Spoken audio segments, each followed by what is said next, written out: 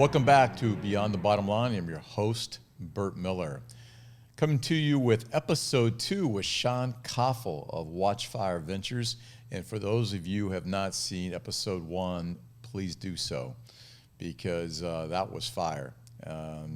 This episode is going to focus really on the consumer and the consumer behaviors and the consumer of the future. And we'll also talk a little bit about boutique and small retail and how that will play, and of course, the generational impact in the consumer of the future. So we're going to dive right in. Sean, welcome back to the show. Good to be back. Thanks for having me, Bert.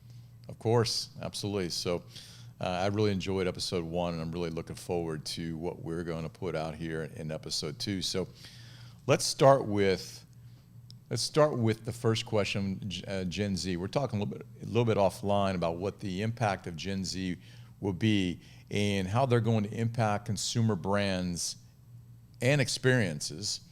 How do you see that the brands need to position themselves for the future?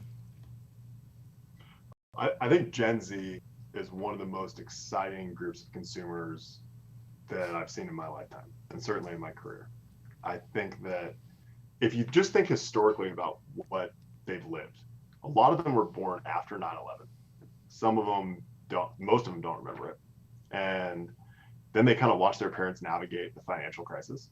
And then they sort of saw the 2010s and the phases of what was cool during that. And they're the first generation that grew up organically with social media. It wasn't like they were defining what was cool on social media or sort of overselling who they were on social media. It was just part of who they were. And so the various marketing channels that exist today to build brands are organic to them. And so it's a new person to communicate with, that you're not like sharing a new tool with somebody, you're just speaking to somebody. And they're starkly different than millennials. And I said when we spoke last time, every 10 years has its kind of embarrassing moments, right? You know, we've kind of had bottle service and like fire at nightclubs, and it was a blast. I mean, I had a great time doing it, but that was kind of the 2000s and the late 90s. Then the 2010s was the rise of the kind of the craft movement, which in its infancy and at its foundation was really exciting. It was a return to really high quality products, but I think it sort of lost the plot towards the end, meaning it started to be kind of this like signaling, gesturing more about the kind of context than the product. And I think it's defined, if you think about it in the adult beverage industry, by how the on-premise evolved. It went from kind of the nightclub to these craft cocktail bars. And in that moment, the job that kind of died, which is an American tragedy, is the great American tradition of the bartender who tended their flock, took care of their community, put liquor in glass, people drank and talked to people that they trusted in their community. And it turned into, instead of putting liquor in glass, it is take liquor in glass, put smoke in it and an egg white and like infuse lavender and like whatever. And in that moment, the person doing it took on its own branded identity, which was really interesting, but transitioned to this kind of mean thing where you had somebody with like a wristband who wasn't being very nice to you at the bar, and kind of you felt cool because they weren't being nice to you, but by the end you're kind of like, what am I doing? I just spent like $20 on a cocktail and the bartender's not very nice. I'm not welcome here, but that's why I like it here.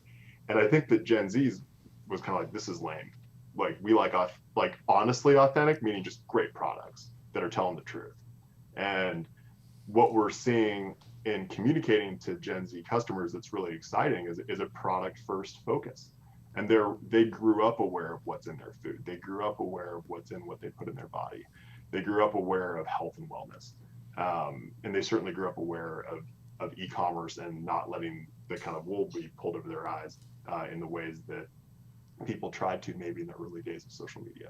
And so one thing that I think is massively interesting about Gen Z is that in order to succeed as a branded customer today, or a branded product today to that customer, you have to have such a differentiated and creative product that you probably have to make some part of it. So we're seeing this move towards either full or partial vertical integration by businesses who, you know, maybe in the last 10 years could outsource their supply chain to China, let that kind of rely on that co-packer to do their raw goods purchasing. But now you're seeing a transition where maybe you're doing your own raw goods purchasing because you want to know what's going into the product.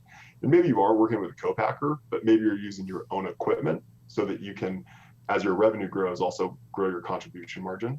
And I think it's an exciting movement in consumer because it's a movement both towards great products, but also towards great sustainable businesses. Great products telling the truth. That's a quote. That's a post, man, right there.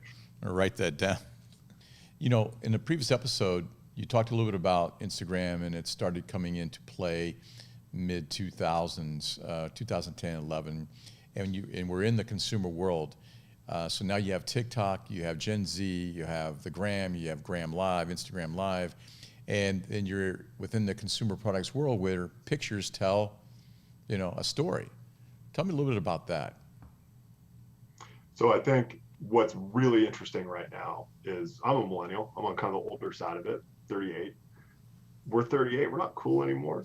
Gen Z is cool. You know, the young kids define what's cool. You know, it's high school kids and college kids and even middle schoolers, you know, that in our day had the kind of cool action sports brands, or were the first ones to find Under Armour, you know. And what we're seeing now is social media not being something that people think is exciting, and then therefore posting through now TikTok or Instagram to make a statement about who they are, how cool they are. It's just how they communicate. And so it's as easy, it's as native to them as texting their friends. It's as native to them as talking to their friends, which I do think is sad. And I think there needs to be more of a focus in that younger generation on personal interaction. I don't think COVID did that any favors. But from a consumer brand perspective, I think that companies need to be really aware that the look of like 2010 to 2015, where they were really like well-produced photographs and kind of traditional advertising-y look to brands and their social media presence, the Gen Zers are like, what are you doing? Why are you trying so hard? Like, I'm looking for truth. I'm looking for great products, and just tell me what's going on and show me. I want transparency. I want the truth, and I want to know what's going into my body on the consumer food and beverage side. And on this sort of fashion and beauty side, on the fashion side, I want to know truly who you're about. And that you can't answer that question to a Gen Zer with celebrity. You have to answer that question with who your company is, what the lifestyle is, and show it. And it can't be untouchable moments. It has to be maybe aspirational moments, but that they can achieve through your product. And then equally interesting, and Bert, you have a ton more experience in this space than I do, but in beauty, people are now realizing that equally important to what goes into your body through your mouth is what goes into your body through your pores. And the Gen Zers are growing up with that, and they're massively aware of that. And so I think it's a really interesting, disruptive moment, clearly, in that industry. Yeah, it's interesting to watch the big brands and seeing how they're responding to the wellness and natural products, both food, bev, and of course, cosmetically and skincare. So let's talk about that. So Gen Z and the impact that they're now having. How do you think brands will respond to the masses? So Gen Z starting to influence what's happening in consumer. How's that going to impact brands, and how are they going to appeal based on the behaviors that also appeal to the masses? So I think that we just had a massive reset in our country and in the world. And in addition to appealing to Gen Z, I think everyone has to really think through how they're going to appeal to the new American century and what people are going to want. People just had a whole year on the positive side of it, and there was massive negative to this year, clearly. The positive silver lining was that people had a whole year to think about what they really wanted. What are their dreams really? What are their aspirations really? Not just for things that they want to buy, but for themselves. And so I'm excited to talk about that in terms of recruiting later today. But in terms of the product side of it, I think brands need to not try to force an old brand strategy pre-COVID into a post-COVID world, or a strategy targeting at millennials to Gen Z, and have this opportunity this year and for the remainder of the recovery to really be thoughtful about the plan and how to get out there. For instance, I think the hospitality space is one of the most interesting. And the reason is we talked about this a moment ago with the craft movement changing. hotels are going to change. And if you think about going into like an amazing hotel, just a well-run hotel anywhere in the world, the second you walk in the door, you're perfectly taken care of. Doesn't matter who you are, how you look, what you're wearing, everything you need from the second you walk in is taken care of, and they do an amazing job making you feel special right up until you get to their swanky restaurant, when all of a sudden it's back to like, oh, should you be welcome here? Like, I don't know, like, I'm really cool, I have a clipboard, look at my like cool beard, I'm a lumberjack in Brooklyn. Okay. I think that it's been a hard year for hospitality, and tragically tough year for hospitality. And I think as hospitality returns, I think that they're going to need to be as focused on CRM as a salesperson is, and take care of their customers and really make them feel welcome and create a neighborhood and community feel every restaurant, every bar, and every hotel, and be massively accepting of people that act different, look different, so that they can define themselves as a competitive product in what's going to be a really competitive recovery. So as a product, how do you then succeed in that new channel? And what does that look like? What's the messaging? How is it different? And then in stores, we talked about this a little bit when we were together last time. There's a moment where a lot of these accounts haven't been called on in a year. And it's been a really tough year for those family-owned businesses. And you don't want your competitor to be there first. So get sales teams trained, get them back out there, get them taking care of those people, be sensitive to their needs.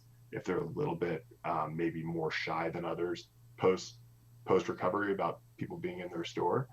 But go back to old-fashioned American sales, which starts and ends with taking care of your customers, taking care of people.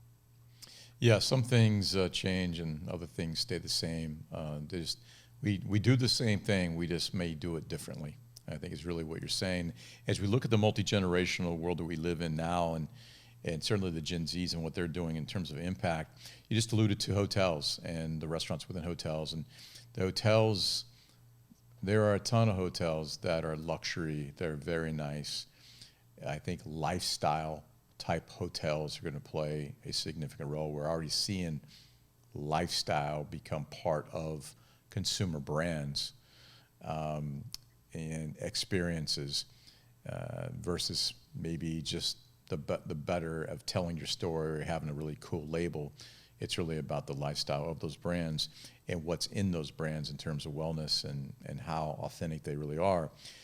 We also alluded to earlier the boutique and small retail in how that's going to impact consumer behavior. And so talk a little bit about that and how that relates to Gen Z beyond in the, well, not even just Gen Z, but the multi-generational world we're living in right now.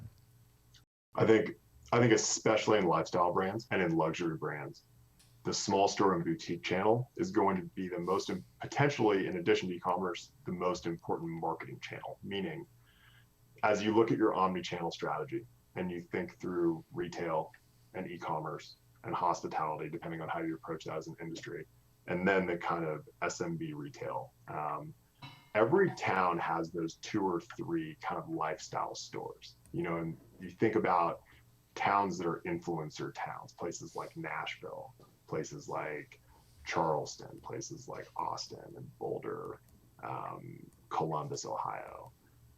And in those stores, there's kind of a plethora of things between home goods, fashion, candles, books. But if you can be a consumer product that's featured in those stores, it may not be your biggest sales channel, but from an impact on the consumer who's returning to the world, who's been inundated by e-commerce, there's no kind of greater truth than the physical world and the impact of an experience, which they haven't had for a while. So it's going to be even more impactful on them. And so if I were building an offline strategy in any category right now, at the top of my key account list would be those 2 or 3 kind of aggregator, interesting lifestyle stores that are impactful in each town, specifically the influencer towns, which are going to be different, of course, for every brand. And really build relationships there and focus on how you're merchandised there, what you're next to, so that as you get kind of inundated as a customer by the e-commerce channels from those businesses, which people believe or not, you know, I mean, half the time on Instagram, I think people are like, what is this? You know, But then if you see it in the physical world somewhere that you think is cool, it's the same effect as a bartender pouring you a cool new whiskey, or as we talked about last time, a super host or super hostess introducing you to a new cool olive oil. It validates you, gives you trust in the brand. And I think if anything this year did is it made it important for consumer products to establish trust with their consumer. Yeah, and I'm going to ask you to extend a little bit on this answer on your crystal ball. We've already talked about regions or cities that are going to have impact. You alluded to obviously Nashville, Austin, Boulder, and others. Where do you see the biggest boom coming? You started a little bit with lifestyle and luxury brands, but go a little deeper with that. In the consumer industry, as an investor, the facts are that from a cash on cash return perspective, meaning multiple on your money perspective, more often than not, even over the last 10 years, the best returns have come from the up and coming creative hubs of America. Places like the cities mentioned and multiple others, for a lot of reasons, including that there's a vibrant entrepreneurial community there that has maybe more of a culture of frugality than some of like the big raise and spend markets on the coast, and build more traditionally fundamentally sound businesses as their businesses grow. America is a huge, vibrant, diverse, beautiful country, and with incredible cities that have incredible entrepreneurial ecosystems and amazing businesses, and oftentimes sometimes even better business environments to start businesses and great community cultures to raise families, et cetera. And so I think what we're seeing in my state, sadly, I wish it wasn't happening, is a lot of great Californians voting with their feet and leaving and going to places like the Mountain West, like South Florida, where you are, like the Heartland and like the Rust Belt, to these amazing towns and communities that have all these vibrant resources for them to start their businesses, chase their entrepreneurial dreams, support them in those endeavors. And we felt that when we moved to Nashville. I mean, there isn't a better town in this country to support entrepreneurs than Nashville. And the city just rallies around you, helps you, tries to figure out how to keep you there. And so I think in markets like that have incredible cultural things to offer, diverse populations where lots of people can feel comfortable, I think we're going to see a big movement towards that. And I think we already have. So in terms of specific markets, clearly there's been a huge uptick in the Mountain West. Clearly there's been a huge uptick in the Heartland. Clearly there's been a huge uptick in Florida where you are. And I hope what that does is it encourages the coastal markets where people are leaving to evaluate the business environments in those states and realize that the reason people got on those wagons all those generations ago was to pursue opportunity here and keep it the land of opportunity and not think that we're now established and push people away. Yeah, entrepreneurs are pretty amazing people. They assess their situation and respond, not react, but respond accordingly. So I don't know if that was a hint of Watchfire Ventures when it come to Delray Beach. Let me know. We have some space for you there. Watchfire Ventures, we made a promise to each other that we were going to come home and fight. So we're back in California. All right, I love that. You're going to fight the good fight. I love it. Right. So now Watchfire Ventures, you're investing. So as an investor, what excites you the most about what's going on? And from your perspective, the shifting, you've alluded to it, but I'd like to hear how you're responding and evaluating when you put money into companies, how you're not getting caught up in the cool, but more into the substance of consumer behavior today and tomorrow. Yeah, no, absolutely. So at Watchfire Ventures, we invest in what we call 0 to 1. So company formation through Series A, which is basically defined as from business plan through product market fit, national scale, and Series A. And so how we arrived at that strategy is, first of all, that's where we had spent the last 10 years of our career, building businesses in that part of the consumer space. And secondly, that there was a glaring opportunity there, defined by the fact that in the second half of the last decade, the dynamic of the industry changed from being one where there was this arbitrage opportunity to acquire customers inexpensively online to one where you needed to have a more multi and omni-channel approach. But there were investors stuck in the old way of investing where they were effectively funding companies' growth to buy revenue and give it to Facebook, and kind of subsidize challenging unit economics in many cases. And we're maybe too focused on, like you said, coolness of the brand, kind of launch parties and things like that. We saw this incredible opportunity, especially as the world began to really adopt e-commerce, but also realize that offline was where 80% of Americans shopped, to apply our operational experience, specifically to that 0 to 1 phase, and focus on the dirty nails part of the channel, where we could help businesses get from 0 to 1 and then help them find a great capital partner to continue their growth after that. And as mentioned, while we don't miss backyard deals, we're all proud native sons of the great state of California. We're also really excited about the up and coming creative hubs of America and the incredible deals that are coming out of it. And the majority of our portfolio currently is. No, that's great. So now aside from forward thinkers like yourself, and for those that have been pushing the envelope, there are those that are cautious still, maybe a bit hesitant to explore. So building trust, brands to build trust is going to be ever important, Sean, as you've kind of alluded to. What can brands or individuals do, if you will, to really facilitate the relationships with the consumer and coming out and being, those that are weary coming out of the pandemic? Talk a little bit about the behaviors of the the term micro influencers and what that's going to, and how that's going to impact what we talk about here as it relates to consumer behavior.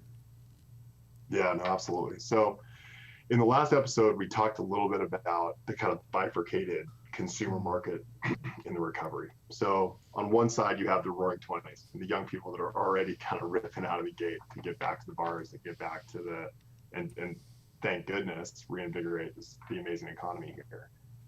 But there's going to be part of the economy that is more reticent to. And our view on that is that they're going to have a more traditional kind of entertaining style, where maybe it's a return to sort of like almost Victorian era, really curated events, really curated weekends away, and where people come and meet friends and get ready and are excited about what they're wearing. And in those moments, that super host and super hostess is going to be a key influencer. So it's below a micro influencer in terms of like their reach or followership on Instagram. There's kind of the traditional big kind of celebrity influencers. There's what's called macro influencers. There's these new micro influencers where you can really target the customers and the demographics that you want to sell your product into. And as we mentioned last time, the growth marketers that are really on top now are marketers, they're engineers and finding them. That new micro influencer to us is potentially the most powerful person next year. And their ability to introduce people to exciting new products that they enjoyed during their quarantine experience could be the highest conversion rate in terms of getting people to experience new brands. Yeah, you mentioned earlier too, Sean, relative, and I want to dial it back to the bartenders who've kind of lost, it became to the point where they're building their own personal brand, and the real bartender delivering such a good consumer experience, and not the old no soup for you kind of mentality of some of the bartenders that are giving you like a hard time. For a while it appeared cool, but now the new generation's going, it's cool, but that's not the experience I'm looking for. What I don't see out there, I don't see brands, adult beverage brands in particular, building, use the word micro influencers. What an opportunity to build in target markets bartenders to build the experience, particularly since we're coming off home premise, using media to really elevate some of these folks, and the brands then taking advantage of being their brands that these folks are representing to create experiences in certain markets, whether it be contest or the like. What are your thoughts about that? Yeah, I totally agree. I think it's an incredibly exciting time in adult beverage, specifically in spirits. I think that there's obviously amazing opportunities on any product that falls under wine distribution, just because of the e-commerce opportunities that exist because of the regulatory environment. But on the spirit side of the house, it's been a really tragically tough year, and so many amazing friends and colleagues from that chapter of our life have just had an awful year with personally and with their families around their accounts closing, their brand struggling, because young brands get discovered in the on-premise, not at retail. So as we emerge into the post-COVID era, the brands who will, in our opinion, define this kind of new American century in the beginning will be the ones who can effectively build a followership as a brand separately from a product using the e-commerce channels. And I think we've seen that with young brands that are up and coming, like Los Sundays Tequila and Bev canned wine out of Venice Beach, where they have a truly authentic relationship with their customer base. And then when they were then able to approach more traditional distributors, the distributors were excited to partner with them because there was already a existing true fan base. I think on the bartender side, there's the opportunity to do the same for your accounts, in the sense that if you have a really welcoming, transparent, honest relationship with your customer base and help them make products that you're excited about taste better in their own homes, create content for them, then those customers can be more likely to come to where you're serving. And you can't solicit, so it's kind of a strange balance of how you talk about the account you work at, et cetera. But I think that the future of the on-premise in the kind of cocktail side of the spirits industry, I think is going to be around those kind of micro and hopefully in the future macro influencer bartenders who people will just love to learn how to make delicious drinks from, but also recommend great products, because I think drinks are going to get more simple. It's like less smoke, less egg white, more just kind of like one pour. And so if you can make things taste like just amazing with 2 or 3 ingredients that are easy to make at home, then I think you're going to find a huge uptick in your customer base as an account. Yeah, and you know what you said earlier, and I'm going to come back to, because I think it's really important when you think about the world of work and the talent access, Sean, and companies looking to win talent. You said great products telling the truth, and I think in the multi-generational world we live in, particularly with the Z's and millennials, that is going to be hypercritical, that those brands and that have their products telling the truth. And I love that phrase. For those that are able to tell that story and help provide that purpose and that mission in the world of work, getting access to that talent to get their attention and ultimately win that talent into their organizations is going to be critical. That's right. And I think, there's a great term in the Marine Corps that was frustrating at times as a young officer when people would say it to me as superiors, but they're right, is give yes, no answers to yes, no questions. Like there's no explanation needed. There's no, I think. There's just or you don't know, and yes or no. And I think for products, Gen Z kind of wants yes, no answers. Yeah. They just want to know the truth. They don't want to know the authenticity story. They want to know the truth. Tell me about your product. Keep it clean. Keep it simple. You know what my parameters are as a Gen Z consumer. And if you're outside of those parameters, you're going to have a tough time.